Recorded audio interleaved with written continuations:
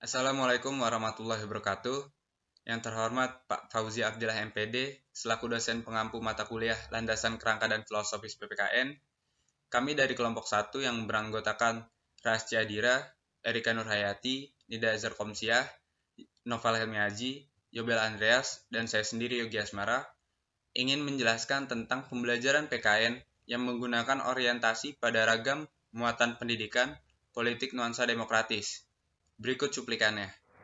Pendidikan politik nuansa demokratis memiliki pengertian yaitu memberikan pemahaman untuk generasi muda tentang sejarah dan filsafat politik bangsanya yang diperlukan sebagai antisipasi calon-calon kader politik di masa yang akan datang dalam menghadapi berbagai macam masalah dan kontroversi yang kemungkinan timbul dalam menjalankan kehidupan berbangsa dan bernegara. Orang-orang yang akan ada dalam politik dibentuk agar menyadari statusnya sebagai masyarakat yang sadar akan hak dan kewajibannya, sehingga intensitasnya disebut sebagai forming bildung, artinya pendidikan diri sendiri, karena pada intinya menyangkut pembentukan insan mandiri yang lebih berhasrat dalam memainkan perannya sebagai insan politik dengan penuh kesadaran dan bertanggung jawab. Untuk menciptakan nuansa yang demokratis, diperlukan rakyat yang terdidik dalam paham dengan pendidikan politik untuk digunakan sebagai haknya dalam mengawasi pelaksanaan dan keputusan yang diperlukan oleh atau dikeluarkan oleh pemerintah. Selanjutnya bisa kita lihat bersama sebelum membahas lebih dalam materinya. Ini adalah sebuah desain pembelajaran PKN pendidikan politik nuansa demokratis yang terdiri dari paradigma pendidikan konservatis, paradigma pendidikan liberal, dan paradigma pendidikan kritis. Untuk lebih jelasnya, mari kita dengarkan bersama pemaparan berikut ini. Yang pertama itu paradigma pendidikan konservatif.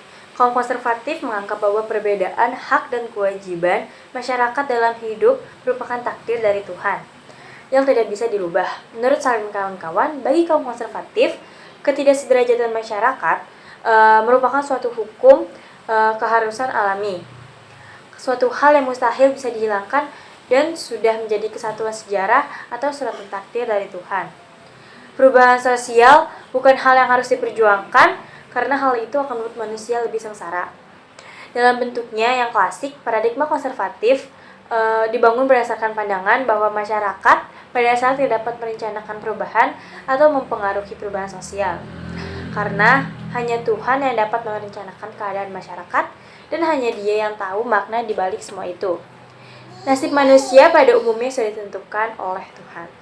Pandangan ini disampaikan oleh Salim yang beranggapan bahwa kaum konservatif lama menganggap rakyat tidak memiliki kekuatan atau kekuasaan untuk mengubah kondisi mereka. Dengan kata lain, rakyat harus menerima nasibnya dengan pasrah dan mau menerima takdir dari Tuhan. Kaum konservatif berpendapat bahwa pendidikan bersifat politis. Lembaga pendidikan dibentuk untuk memahami ajaran dari Tuhan. Pendidikan bertujuan untuk menjaga status quo. Bagi kaum konservatif, orang miskin, buta huruf, tidak berpendidikan, dan kaum tertindas lainnya tidak memiliki kekuasaan dikarenakan salah mereka sendiri. Namun demikian, kaum konservatif menyarankan kepada kaum miskin agar mereka bersabar dan belajar untuk menunggu sampai giliran mereka datang. Karena pada akhirnya, kelak semua orang akan dapat memperoleh kebebasan dan kebahagiaan. Jadi, untuk kebebasan manusia harus belajar dan bekerja keras.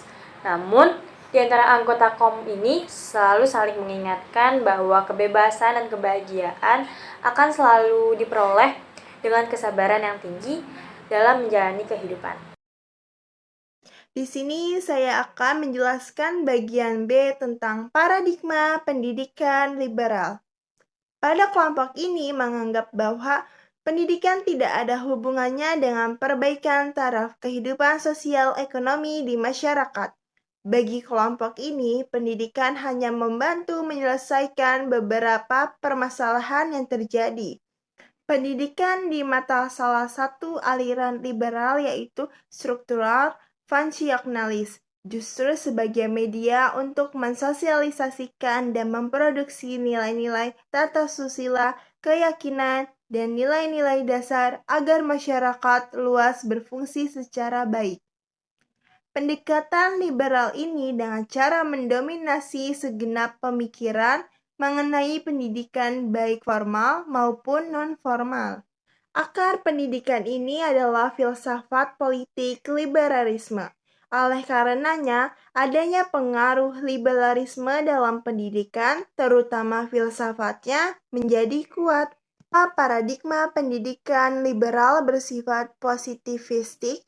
Pendidikan dilakukan seumur hidup dengan konsep andragogi yang membuat manusia dewasa memperbaiki kemampuannya melalui pelatihan, manajemen, kewirausahaan. Dengan adanya keahlian dan keterampilan yang dimilikinya, manusia akan terbiasa menghadapi berbagai macam persoalan hidup.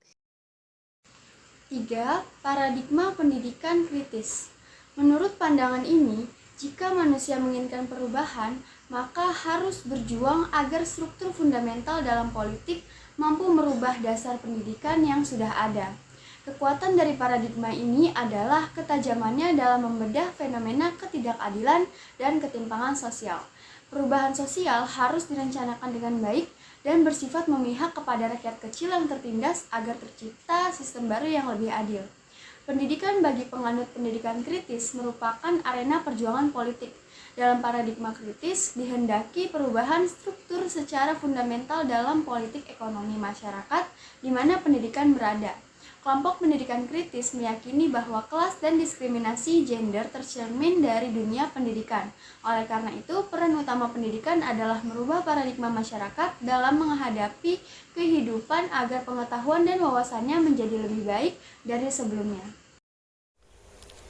Kesimpulan dari pendidikan politik nuansa demokrasi, paradigma pendidikan politik ini bermanfaat untuk mengetahui silsilah atau sejarah atau filsafat politik yang ada di bangsanya, maka pemerintah melaksanakan pendidikan politik bagi generasi muda untuk menyediakan calon atau kader politik di masa yang akan datang dalam menghadapi permasalahan atau kontroversi yang ada di bangsanya. Adapun 3 paradigma pendidikan lainnya yaitu 1. Paradigma pendidikan konservatif, di mana kaum konservatif beranggapan bahwa perbedaan hak dan kewajiban merupakan takdir dari Tuhan yang tidak bisa dirubah. Yang kedua, paradigma pendidikan liberal. Kaum liberal beranggapan bahwa pendidikan tidak ada hubungannya dalam perbaikan taraf kehidupan sosial ekonomi yang ada di masyarakat. Dan yang ketiga, ada paradigma pendidikan kritis, di mana kaum manusia dalam mengubah tatanan fundamental yang ada di masyarakat dan pendidikan yang sudah ada.